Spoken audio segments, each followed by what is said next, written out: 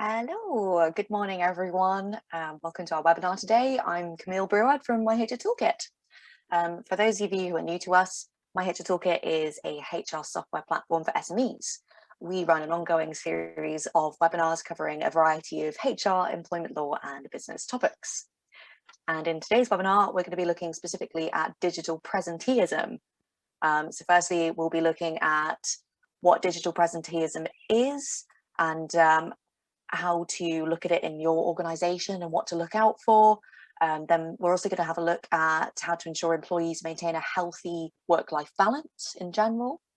And finally, how remote working policies can help you curb that technology-driven sort of always-on in culture for your staff. So following the presentation from our guest today, which will last around 25 minutes, we will also have time to answer some of your questions in a question and answer session. So if you have a look at the toolbar on your Zoom settings, there is a little Q&A option in there where you can go to ask your questions that you want us to have a look at and to answer today. There is a Zoom chat as well. The chat option is there, and feel free to use that to add your thoughts and general comments. But if you do have a question for the Q&A, do make sure you go into the Q&A option there. And just the sort of boring but important bit, just to note that today's session is offering general advice, so not sort of legal advice for your business. And just before we get started, I wanted to make a note of our next webinar, which is on May the 19th at 10 a.m. And it's going to be a very special webinar, actually, so definitely not one to miss. It's going to be a special COVID-19 Q&A webinar where we're going to have on a panel of experts, so 3 people who will be answering your HR and employment law questions. So I'll just add a link to that in the chat here. So that's a registration link. So if you do want to sign up for that one and yeah, get on our next webinar as well and get your questions answered. Okay, so without further ado, here this morning to talk to us about digital presenteeism is Stacey Mead. Stacey is the HR Director for HR Dept Bristol, Bath and North Somerset, who provide businesses with outsourced, pragmatic and cost-effective HR support. She's been part of the HR department for over 10 years, and in her role, Stacey focuses on advising clients on their HR strategy. So good morning, Stacey. Thank you so much for being with us today. Morning, Camille. Thank you for that introduction. If it's all right with you, I'll share my screen now. Yeah. If you Brilliant. pop onto the share option, that should crop up.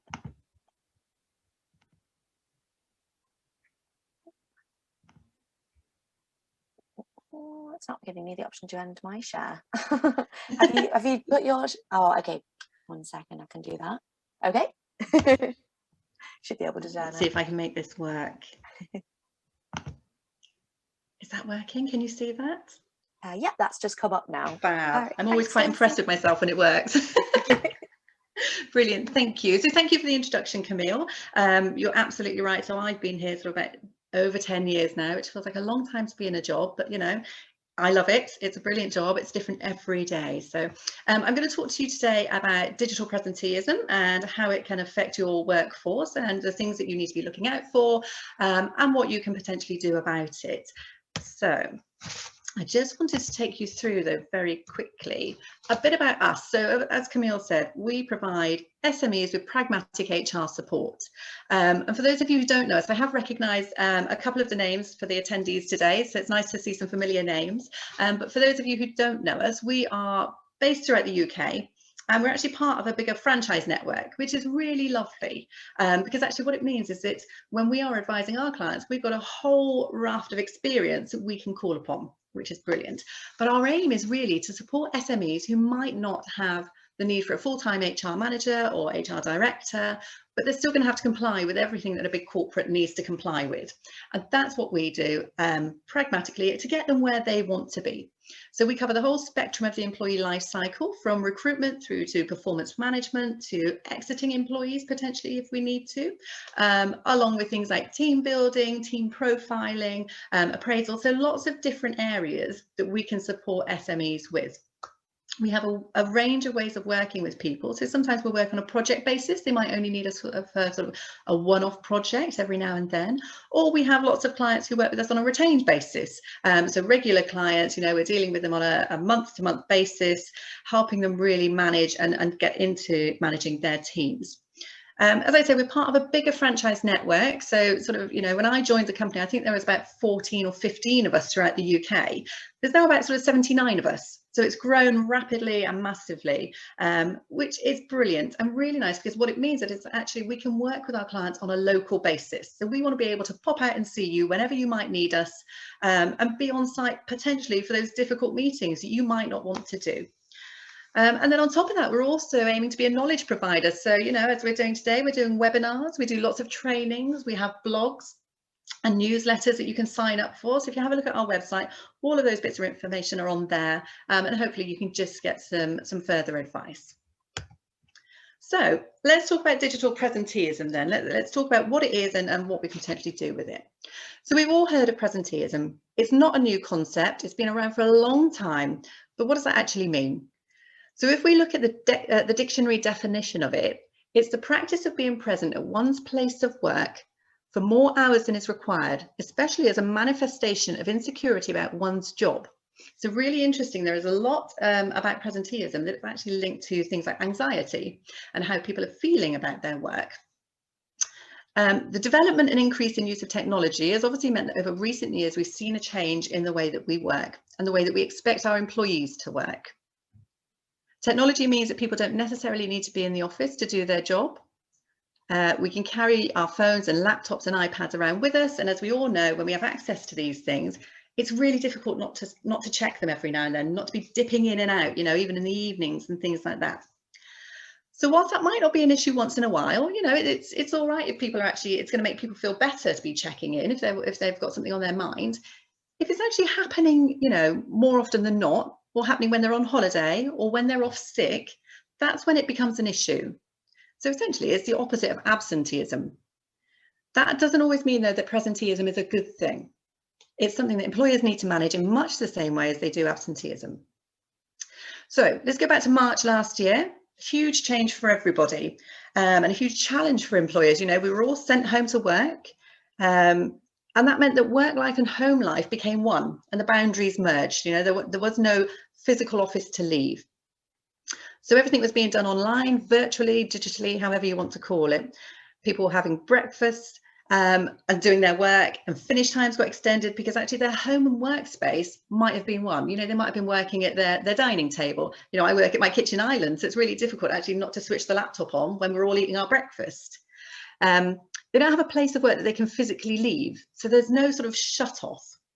So for many, there's also the feeling that because there isn't somewhere to physically leave, to know that they're working, they feel they need to be present online so that they can be seen. You know, we haven't got our manager in the background sort of saying to us, oh, let me just see what you're up to.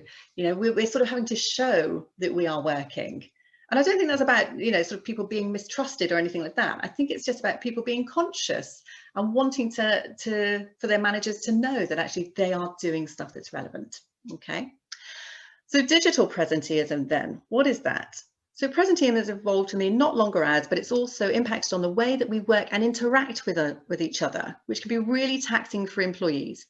We've all heard of Zoom fatigue. I mean, ironically, I know we're doing this webinar by Zoom. You know, I don't think there's a lot of other choices to how we can do it at the moment.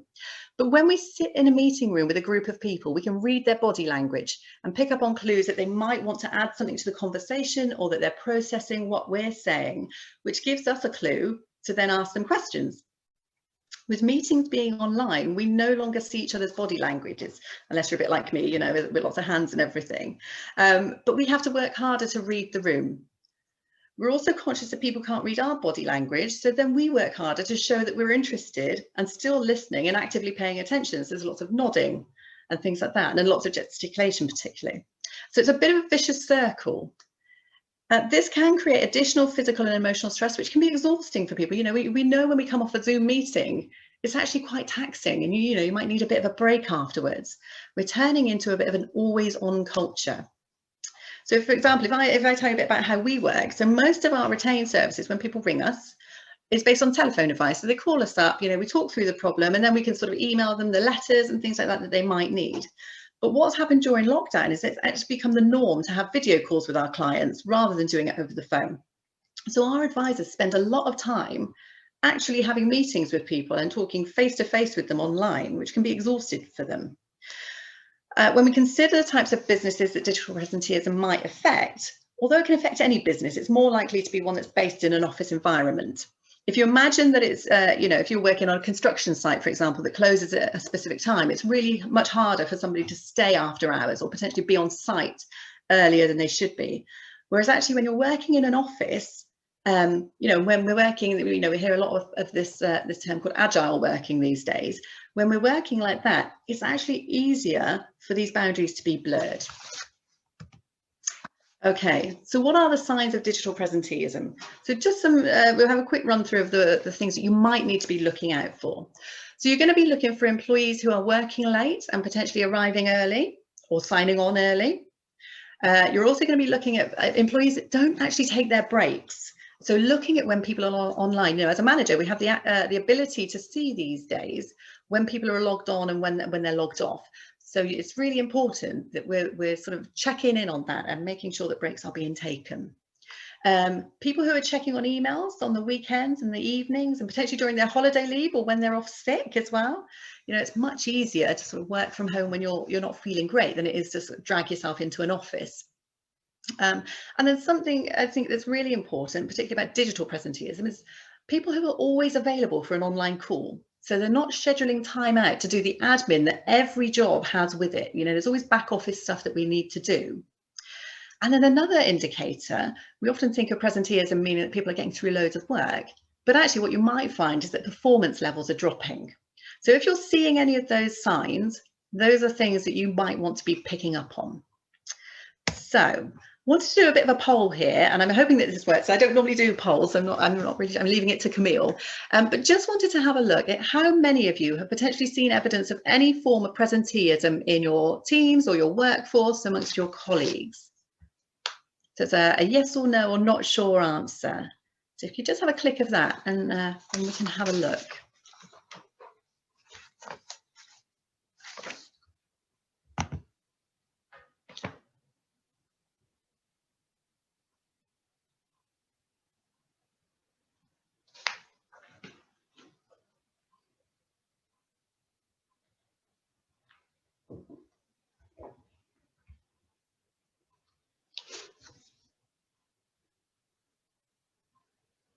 Oh, wow. I wasn't quite expecting that many. So 97% of you have seen evidence of this. That's really interesting, really interesting. So if we go to my next slide. So there's been a lot of research about this, particularly recently, and research done sort of over the last 12 months or so has actually shown that over 3/4 of businesses questioned have observed presenteeism in remote staff during the pandemic. So for you guys, even more so, you seem like you're really hot on this and you're really aware of it. So this could be anything from employees continuing to work while unwell, checking emails outside of working hours, or working longer hours than contracted for. But why does it matter? You know, any form of presenteeism impacts on a business and its employees, and not always in a good way, as I've said. So let's just have a look at some of the ways it can impact on people and your employees. So if we look at their performance, I know that I've got some clients that would be like, well, that's brilliant. They're working long hours. It shows that they care about their job. You know, they want to do a really good job and it's really important to them. As an HR professional, I know that when people are working longer hours or when they're checking in on the weekends and things, it's actually a red flag.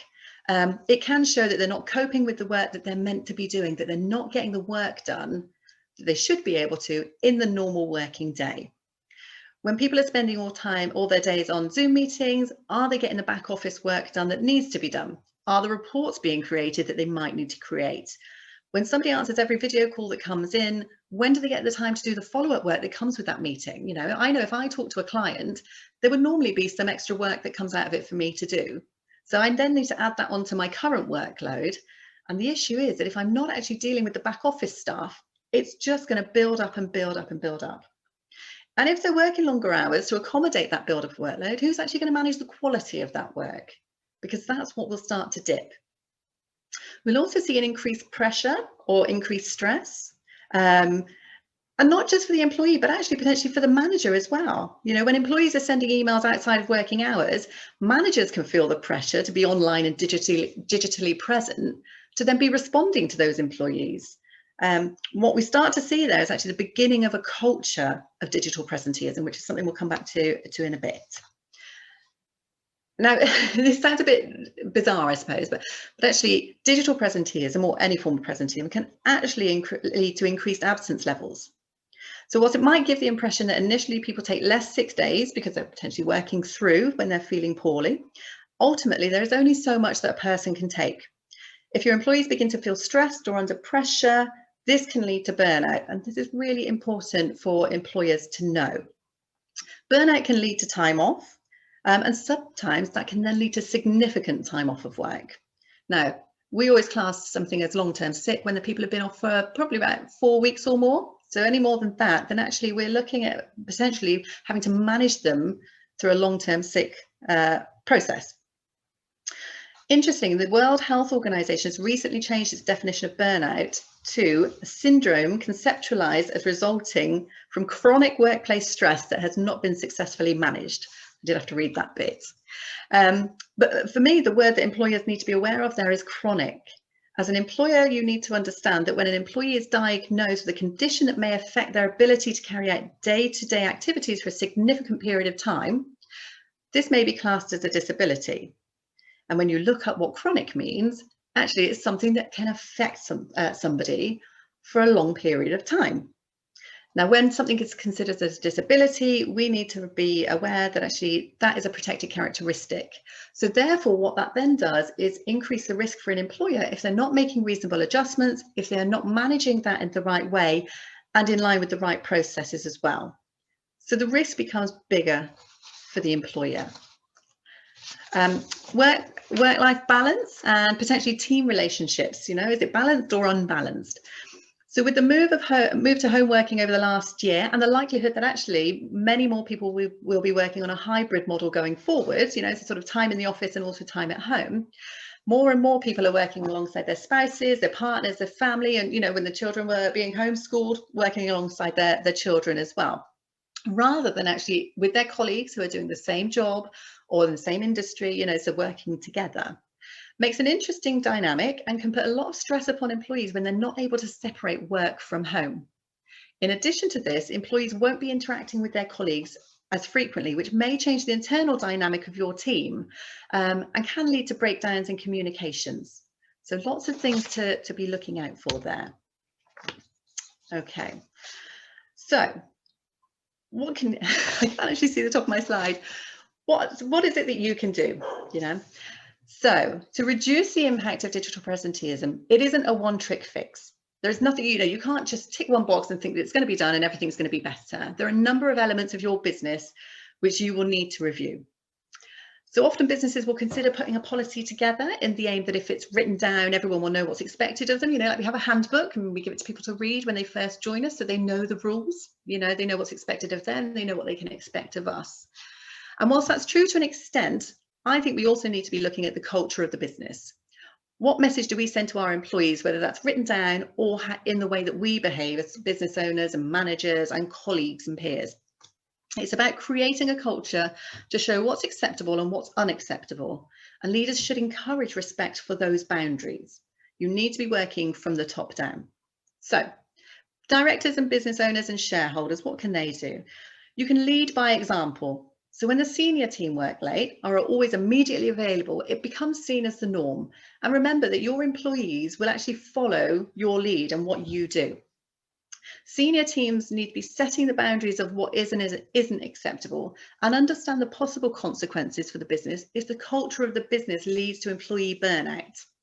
Additionally, the businesses should then ensure that management level staff are provided with sufficient training on recognising the signs of presenteeism and managing the impact of that. So, you know, there's a real sort of a flow chart, if you like. So once the managers are trained, they will then be responsible for the day-to-day monitoring of employees' behaviour. If digital presenteeism or any form of presenteeism becomes normal or expected behaviour, it can actually become really hard to spot because it's a norm, you know, it's not out of the ordinary, you know, we're not looking for it so much. But managers have a responsibility to lead by example as well, which means not emailing employees with requests out of hours and setting clear boundaries for all. And then as colleagues and employees, I'm a firm believer in this, I think we all have a responsibility or share in the responsibility of our own well-being. It means speaking up when our workload is too much, or when we recognise that our colleagues are beginning to struggle. So if we're seeing our colleagues emailing us late or working longer hours, it's about raising that with people, and maybe speaking to your colleague, but also maybe speaking to your manager and saying, you know, this is what I'm seeing. And then at least, you know, you have played your part in taking care of employees' well-being. So just as another poll, just wanted to have, and again, a yes, no, or not sure answer. Is your organisation, so bearing in mind we've had 97% of us, you know, saying that we're seeing evidence of presenteeism. Is your organisation taking action to prevent or manage presenteeism?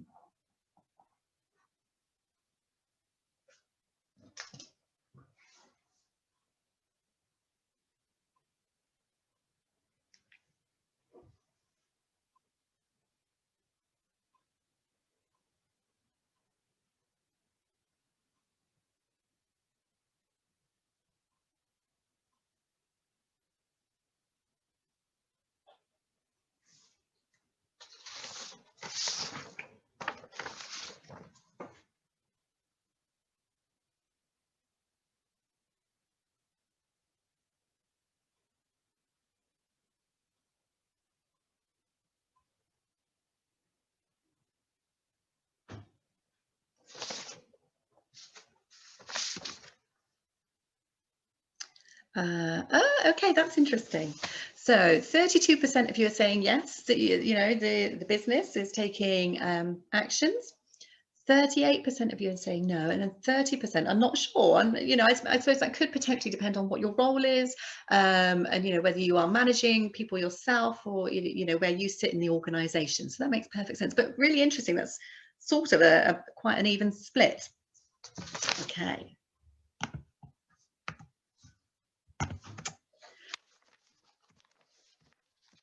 So, although more employers are striving to address these issues, and we know they are, because actually, it's a bit of a hot topic at the moment. Like I said, the way that we've changed recently, the way that we've changed working over the last 12 months, particularly, has meant that people have had to think about it. They are thinking about, you know, the technology that we use and everything like that. But actually, so we know that there are lots more trying to do things to address these issues. But actually, the research has found that over 2/5 of businesses that experience presenteeism in any form aren't actually taking action. You know, so you guys are doing slightly better than these. As the boundaries between work and home life continue to blur, and will do more so going forward, there has never been a more relevant time to take action and implement change. So what can you do about it? I mean, I know we talked previously about having a policy, and policies are great, and they really are, and it sets the tone for what people, for the way you want your business to work, for the culture that you want to develop. And policy is great, but policy needs to be put into action. So it's not just about writing it down and thinking that that's enough. It's not just a tick box exercise. It's actually what we do. So it's not what we say we're going to do. It's actually what we do. So then on top of that, what we can also be doing is we can monitor our workloads. So managers should know the workloads of their team. And it's a balance between managing properly and effectively and micromanaging. But when you do it well, you should be able to assess whether or not your employees can get through the work they have to do in a normal working day. And that's what we have to bear in mind, is that actually we employ people from, say, 9 to 5, and we do that for a reason, because actually we think that's what the business needs, and that person should be able to get through the amount of work that we need them to do in that time. There will always be, you know, the occasion where we need to work late, or, you know, we've got a big project coming up and it takes slightly more hours and things like that. But we're talking about the norm, the day-to-day stuff. So you should be able to get through your work in a normal working day. If you're seeing, as a manager, if you're seeing employees sending emails or texts or being online sort of either at very unusual times or regularly out of work, normal working hours, you need to be making a note of that. You need to be aware of that. And as we always say in HR, audit is the key. So you need to have an audit trail for everything that you do. So if you ever get to a point where you're having to address a situation about presenteeism with your employees, and potentially, you know, maybe it ends in somebody's employment terminating potentially, but you haven't got any evidence to back up that you've had conversations with these people, that's going to be a risk to you. Okay, so you need to be making a note of these things. You need to be aware. And when you're seeing these things, you need to be addressing them. Now, what I would hope is that you would be having regular one-to-ones with your employees. It's really important. You know, we all talk about the annual appraisal and things like that, but actually you need to be talking with them more regularly than that. Okay, so if you're having those conversations, that's an ideal time to address these situations. You know, one-to-ones are an essential part of employee management. It's a time where you can check in with your team or your employees, and an opportunity to discuss any concerns that you might have, or also that they might have. You know, whether that's a work-based one or perhaps something happening in their outside life that is then affecting them with their performance at work. It's also an opportunity to then discuss any behaviour you might have noticed that's a bit unusual or a bit concerning. If you do notice this type of behaviour, it's really important to understand why it's happening, because there will be different reasons for different people as to why it's happening. There are some people that enjoy working longer hours, they really enjoy their work, but actually that's also something that needs to be managed. I wouldn't suggest that you put a blanket ban on, you know, people working outside of hours, because there will be times when people have something on their mind and it's better for them to perhaps just check an email or send an email. And, you know, as long as it's, as I said, if it's a one-off, then that's absolutely fine. It's when it becomes a regular occurrence. We then need to be talking about boundaries. And as I said previously, that starts from the top down. So it starts with directors and managers, and then your employees will understand how you want them to work. So for us, for example, in the HR department in Bristol, we have a rule that actually, if you want to video call with somebody, you know, if we were in an office and I wanted to chat with one of the team, I'd go and see them. But I would be able to see if they were busy. Whereas actually when we're all working at home in different places, I can't see what the others are doing. And it's about understanding that we don't know what's going on in their day-to-day, you know, minute by minute, you know, what they're doing at that time. So we have a rule that if you want to check in with somebody to do a call, actually you just send them a message first to ask if they're free for that call. And it's about creating that culture that means it's okay and they are comfortable to say, actually, I can't do that at the moment, but I can do it in an hour. I can give you a ring in an hour and we can chat things through then. And it's about just understanding that we don't know, you know, whether people are on the phone, whether they're in the middle of writing a presentation or a proposal or a contract. And it's just understanding that. And if we can respect those boundaries, that will then build the trust between everybody. And then really critically, and we say that this isn't just about presenteeism, this is about, you know, just employing people and making sure that people get the rest and the breaks that they need. But it's about managing and monitoring that people are taking regular breaks and making sure that employees take their holiday.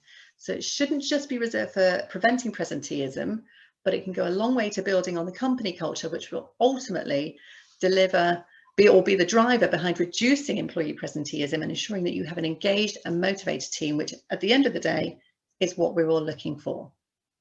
Thank you.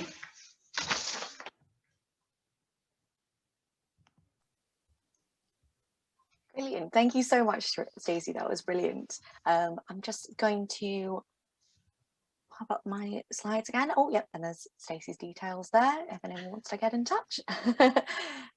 Yeah, that was really, really interesting. I think it's just such a large and varied issue, I think, in a lot of different ways, and particularly throughout the pandemic as well, with lockdown and sort of the rise in digital presenteeism. So I think this is a really informative talk. Thank you. Thanks, Camille. I'll just share my screen again. Do I need to unshare mine?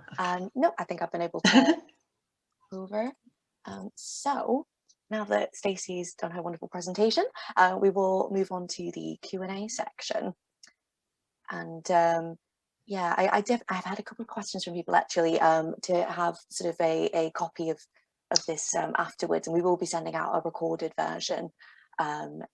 Stacey, I don't know if you'd mind sharing your slides as well. No, of course, that's fine. No worries. Those up as well, fab. So just because a couple of people have been interested in having a copy. Cool. We have a couple of other questions coming in.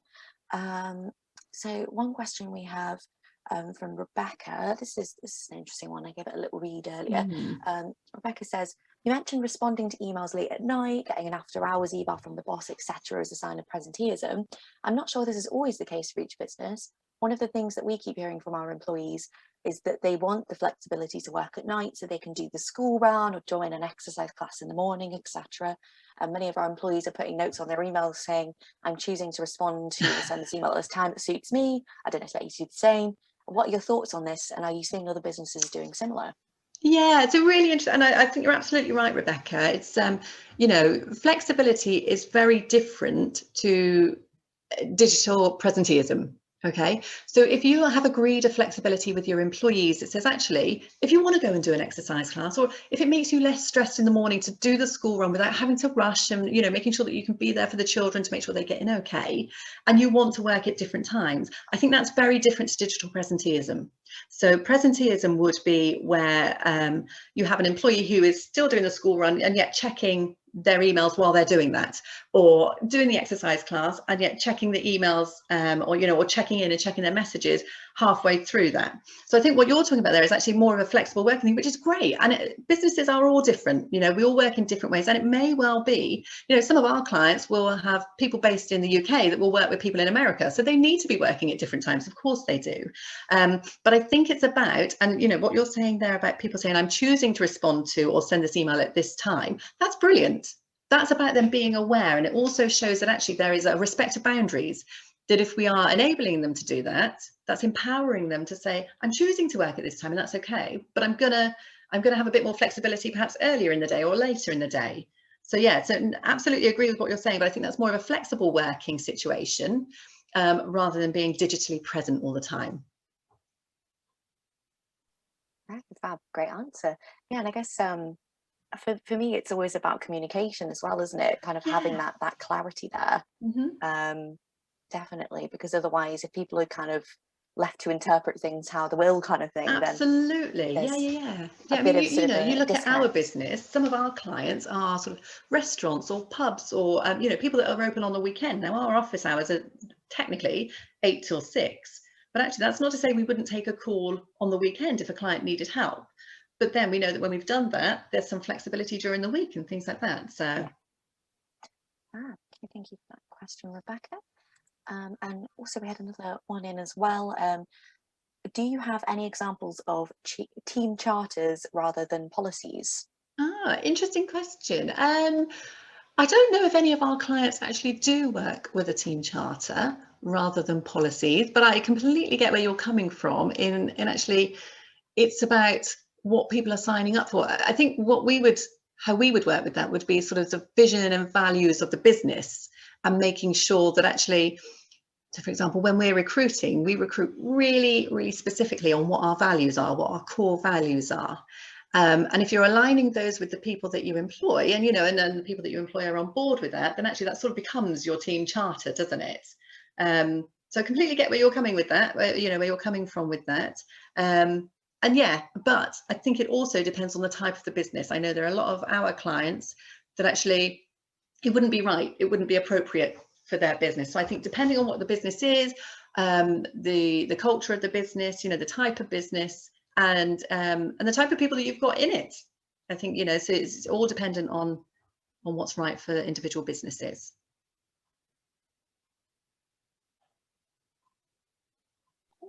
Sorry, just unmuting myself. Thank you for that. Yeah, and I have a question from me actually, and we do have time for more questions if of our attendees and audience, if you'd like to ask us some questions in the Q&A. But one from me first. Yeah, I'm just thinking in terms of us sort of UK wise, where we're starting to make our way out of lockdown, kind of get back to a bit more office working and a bit more normality in general. What kind of impact would you see, or do you reckon you'd see on sort of presenteeism and how that shows up? Because obviously there's quite a few different ways that presenteeism can manifest. Do you think that there'll be an impact on that? I think you're right. I think it could potentially be harder to spot.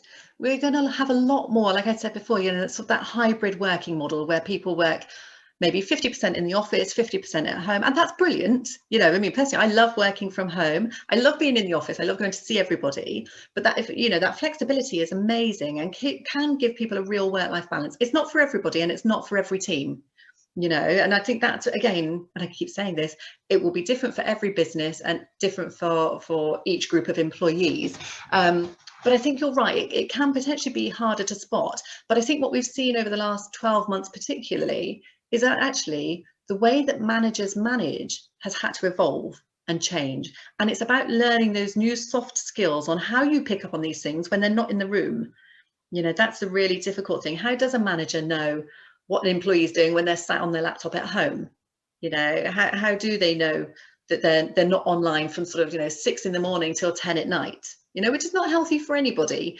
So I think it's about actually training managers, retraining them in just new techniques, you know, so that they can be aware of the signs to look out for, what they need to be doing to look out, you know, even things like I said before about sort of knowing when people are online. You know, we've all got the ability to see that these days. You know, I know that when we're on Microsoft Teams, I have a little a green tick by my name when I'm online. You know, I know that it's yellow when I'm offline and things. So they probably need to be a bit more tech savvy potentially, which again that's difficult for some businesses. You know, not every business is a tech savvy business, but I suppose that's just the nature of the ever evolving world of work, isn't it? You know, you look where we were sort of 30 years ago, we're in a different place now to where we were then, and we just have to evolve with it and move with it. Definitely, yeah. And we do have another question in actually from Stephen, who has asked, when is it best for regular one-to-one meetings with colleagues?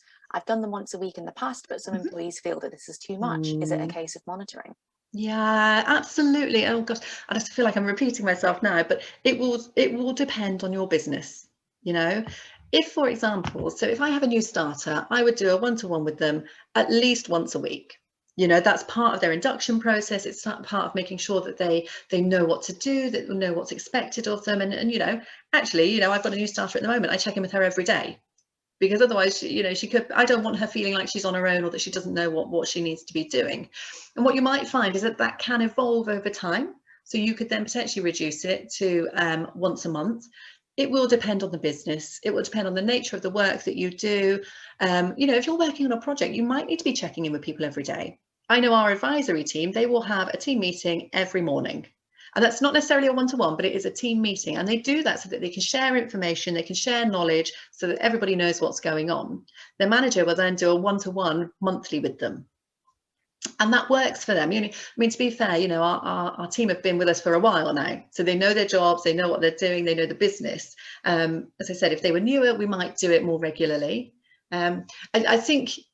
I don't think anybody should ever do an annual appraisal just once and leave things for a year, you know, because actually by the time you come around to doing that appraisal, everything that you've wanted to talk about is so far in the past that actually you probably can't remember it properly, you know. So I think the balance is about dealing with things as they come up, not micromanaging.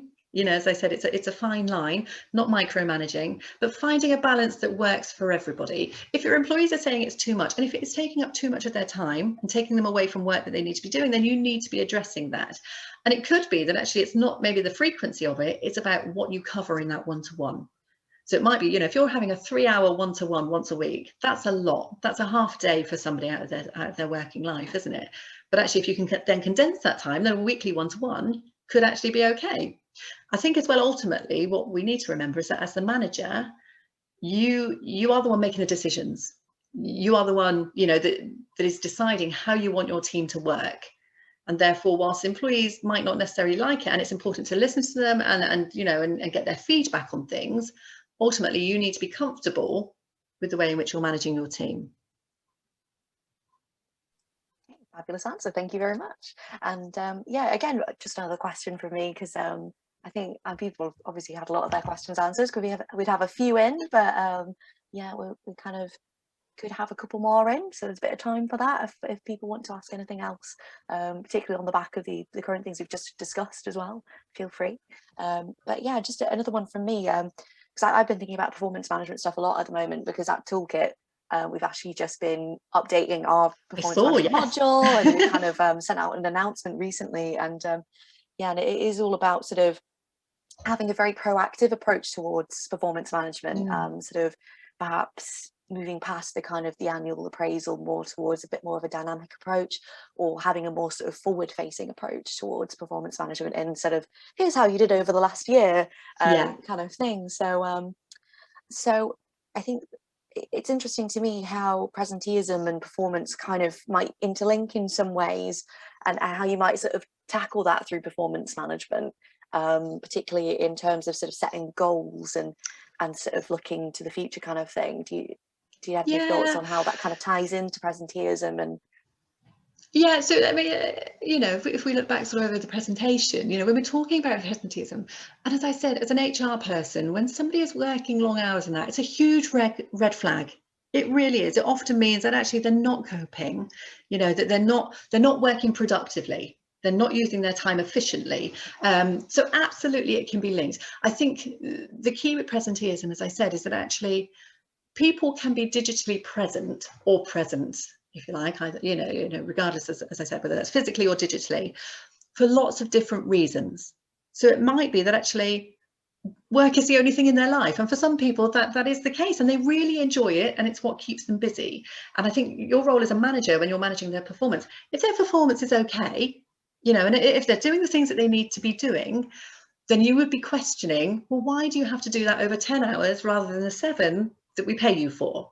You know, because ultimately, and I think the potential risk is there, if somebody is working 10 hours, you know, and actually you're paying them a particular hourly rate, that might reduce when they're working over the 10 hours rather than the 7 hours you're meant to be paying them for, you know, so just be conscious of that.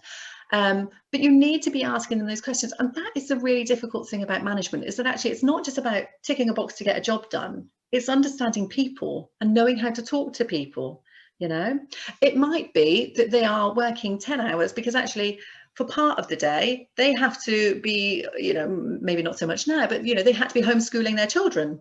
So actually not actually working for the 10 hours, but that's the only time, you know, they can fit in those 7 hours of work, is by doing it in bite-sized chunks, if you like. So making sure they're available for anything that crops up urgently, but then also understanding that they might not be doing work in all of that time. Absolutely, absolutely. So it is understanding about people's situation, and you know, difficultly, people won't always share stuff with you, and they don't have to. You know, they don't have to tell you what's going on at home or in their private lives. But it's just about creating that culture where people feel comfortable to come to you if they need it. I mean, ultimately, as a manager, you can only work on the information you've got. And if people are working, say, 12 hours and they're not hitting the performance levels that you need them to be doing, then you're absolutely right, Camille. You might end up in a capability situation, a capability management, performance management situation, which is horrible for anybody. Nobody wants to go through that. But actually, as an employer and as a business, as I've said before, you need an audit trail of things. And actually, you know, you do that by having these formal meetings where you take notes, where you deliver an outcome in writing so that everything is recorded. You know, and as you say, you use HR Toolkit to then store all that information so that if you ever need to rely on it, which hopefully you don't, but it happens, you know where it is. It's all in one place. So absolutely, it can certainly be linked to performance management. You would hope that it wouldn't get that far. But actually, you know, as you said, I've been here over 10 years now, and I know it gets that far, unfortunately. So yeah, and it's interesting how you say it's all set at the kind of creating that culture, and so there's kind of like upper levels, because I think that people can influence each other. You know, I think I've been in jobs in the past where you have people who are like, they're all about the grind, and they'll kind of like always want to be there and always working, and think that it's quite like a glamorized thing. yeah, absolutely. Whereas I think that more recently it's definitely been more of a conversation about balance. Yeah, no, I think you're absolutely and right. You know, people are more aware of, employees are more aware than ever of their rights, which is great, you know, and rightly so, they should be. But there has been a huge, I know when I started working, I used to work in recruitment. And if you weren't in before you were meant to be in and staying late, then actually, you know, it's like, oh, you're not committed, are you? Because actually, I don't think it works like that so much anymore. You know, people are more aware. Yeah, which is great, you know, and I think that should be encouraged. People should have a work-life balance, you know, and I don't, it's not impossible, but it needs to come from the top down, really. You know, I really think that's the driver, is business owners, the directors, the shareholders. You know, if they're working late, then actually it sets that culture that says, oh, I don't want to ask to leave on time because, you know, I don't want to be seen that I'm not doing the work or I'm not committed. Yeah, and then that kind of feeds into all the problems you've Yeah, discussed in it's just one big in the vicious presentation as circle. well. It really is, yeah. So, you know, just a small issue to tackle, Yeah. really. I know, definitely, yeah, really, really important to talk about and just have that awareness, like you said, with managers, just kind of awareness is half the battle sort of thing of Yeah, going, well, actually, that's not quite right, or yeah, let's have a absolutely. chat about that. And That's it. And yeah, I think for managers as well, uh, being able or willing to change their management style. You know, things evolve, and therefore we have to evolve with it. You especially know, in the so we past won't be year. managing now in the same way that we were doing sort of 2 years ago, because Yeah, things have yeah. changed, and we need to address that. And I think that's a really good, if you can develop that skill, that flexibility skill, in your working styles, then actually that's how people evolve, that's how management evolves, that's how team evolves and develops, and that's how you keep your staff engaged. Because if you don't move with the times, if you like, then actually people will go somewhere else where a business does. Yeah, yeah. It's the brutal truth of it. Yeah. Yeah. But no, this has been really, really interesting. Thank you so much. And I think Right. that's all the questions we had in. So I think I'll bring things to a close. And thank you so much for your time and your expertise, Stacey. And everyone, it'd be great if you could share what you thought in the chat, say thanks, let us know what you found useful, what you found interesting. Think we've got a couple of messages coming in. Yeah, Joe says thank you. Thank you, Joe. Yeah, and Cher and Rebecca as well. Thank you very much. Yeah, so basically, thank you all for your lovely questions as well. Really good Q&A. And if you did find this webinar useful, we do have more coming up. As I mentioned earlier, we've got our webinar on the 19th of May at 10 a.m, where we're going to have our big COVID-19 Q&A panel webinar, which I'm really looking forward to. I'll be looking after basically the Q&A for that and everything, so people can send in questions in advance when you register. And yeah, it should be a really interesting one. So again, I'll just put a quick link to that in the chat if you're interested in coming to that one. I'm just going to put that in there. Okay, and yeah, other than that, after this, as I kind of mentioned earlier, we'll be sending out an email to everyone after the webinar, basically with a link to the recorded version, and then you can have a look at Stacey's slides as well, some really good info on there. And we'll also send out a reminder of our future webinar dates. So yeah, we hope to see you on the next webinar. And thanks so much, everyone, and particularly thank you, Stacey. And I think that's all, folks. Thank you very much.